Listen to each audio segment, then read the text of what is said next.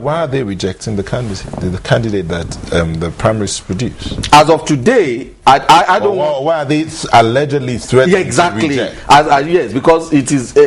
Some people are alleging that INEC said they might not recognize. INEC can never say that now because it is lease pending. It's pending in court. It is only a court that can make a final order in respect of the nomination that has been done. And you would appreciate the fact that it is no longer before the court. The High Court, Oloyede, that allegedly made an order saying primaries should not be held. It is now before the Court of Appeal. The lower court, the High Court judge, was well in order.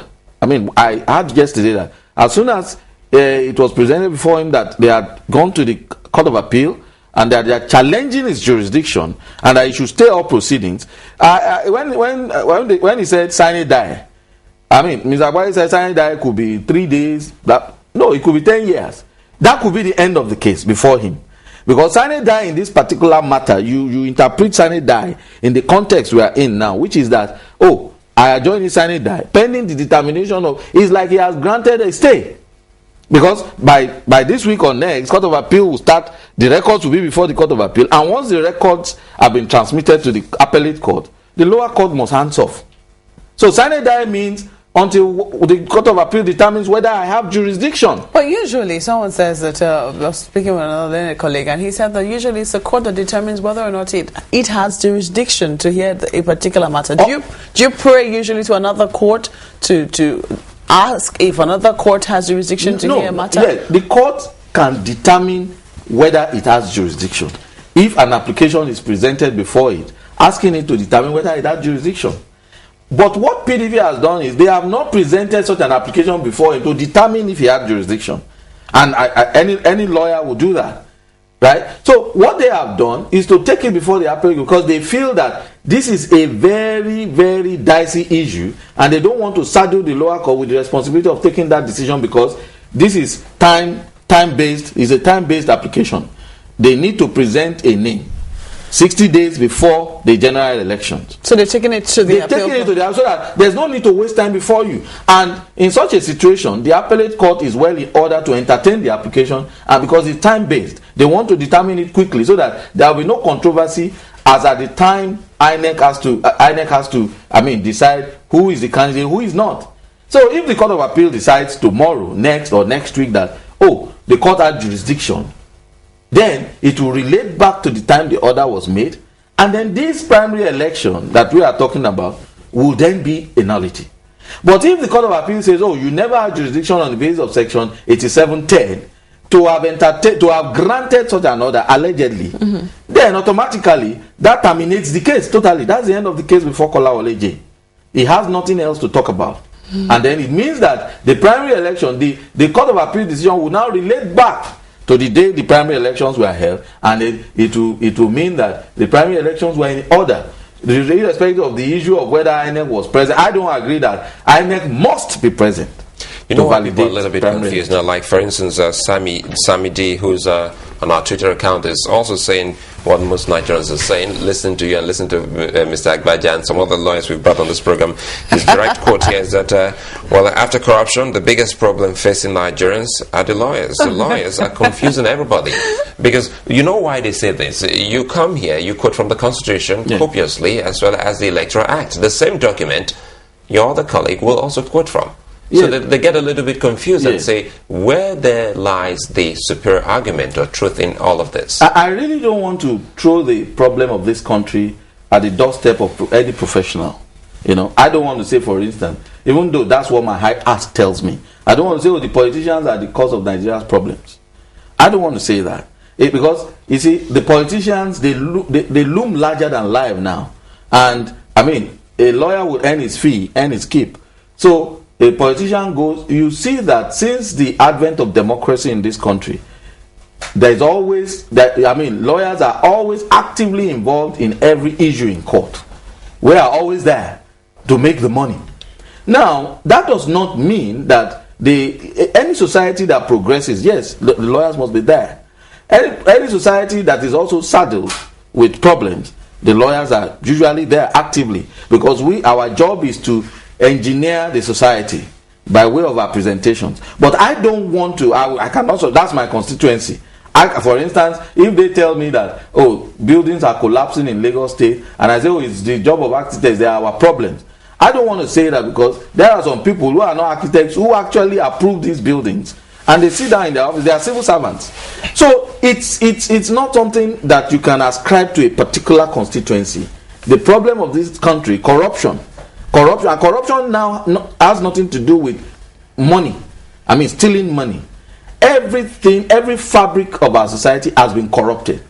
And, well, the legal profession, the judiciary, there you see a bit of that there. Because, I mean, Justice Kolawole, for instance, what people are saying about his ruling, I think people need to read it better, so that they have a better appreciation. I mean, the judge was my lecturer in school, and is somebody that is above board. Before I read it, I was wondering, I mean, why would Justice Kolawole, somebody would just rush to you? You know he's a politician. They just rush to you, they bring an application, and you know that there's something that is time-based that's about to happen. And then you now adjourn to 22nd when you know that there won't be enough time to present. Why would he do that? I joined the crowd, but I kept on asking you, can I see this order? And I only saw it yesterday. And when I read it, I realized that he is well in order. There's nothing corrupt about what has been done, and what lawyers are saying. Everybody, you are allowed to have your own opinion. That is what democracy is about. You are entitled to hold on to your opinion. So the way it is now, if you were to counsel anyone, specifically the PDP, because the way it is now, if we to go by the headlines we have now, especially with regards to their candidates, Mr. Seriake Dixon, what would you be saying to them? Well, if I am to, in all honesty, I am not a party person, I'm not a politician. I do not see, because PDP is a political party. There is nothing that PDP has done with regards to the Bayelsa issue that has not been done by any other political party in this country. The only problem with PDP is that it is the PIP, the party in power. And so, when it does something, I mean, it's so large in the view of Nigerians. If I was to advise PDP, I would tell them that they should go ahead the way they are going on. I don't see anything wrong in what they have done. Otherwise, their candidate in Bayelsa will suffer, the ultimate person they want to present will suffer the same fate as in so many other states. And Justice Kolawole's ruling, because it's the bone of contention, he said, look, Governor Silva, you have come to me with an application.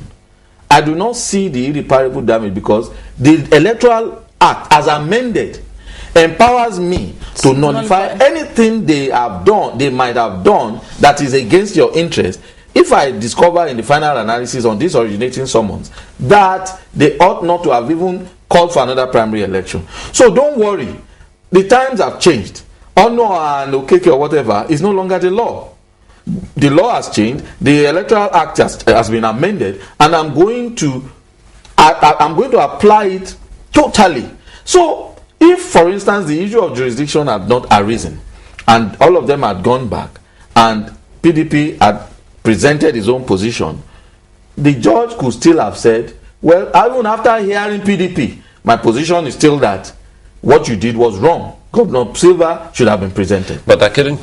Do you think that the court's ruling asking those 5 states, including Bayelsa, not to go to the polls in that during that April elections, nullified or vitiated the previous primary? Yes, it did. January 12th. Yes, it did. Yes, it did. That's why there has to be another primary election. The election then was for a particular purpose, for a particular time. That was frustrated by subsequent ruling of the Supreme Court. There's something we call doctrine of frustration. It was frustrated by subsequent, maybe an amendment to the law or a subsequent judicial pronouncement.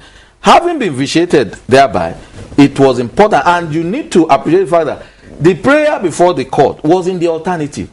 Governor Silva presented an application saying, I am still the candidate by the primary election of January 2011.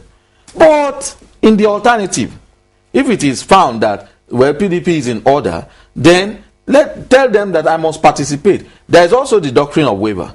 So he took every step to participate in this new one. He had waived his right. But I agree with you with a quick one here that there could also be some kind of twist at the end of the day. Mr. Silva could be the candidate recognized by the courts. Well, definitely. Definitely. He could be, if the Court of Appeal rules in his favor, the whole primary election will be vitiated. The one that has thrown up Mr. Dixon, I think, it could be vitiated. There should be no reason to run away from any particular court.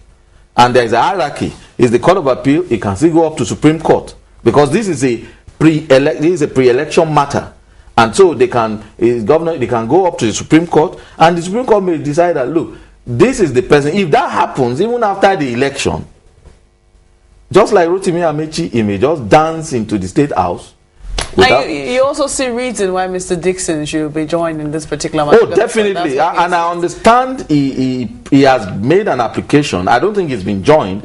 He will apply at the Court of Appeal to join as an interested party, because you cannot, you can't shave my head behind me. I am now the candidate. There's no way you can now expect the Court of Appeal to make a pronouncement barring him without hearing him. At what point can this be some kind of loss to the party by not fielding any candidate? Well, at the moment, I don't think INEC cannot reject the candidacy of Mr. Dixon, except there's another court that says no.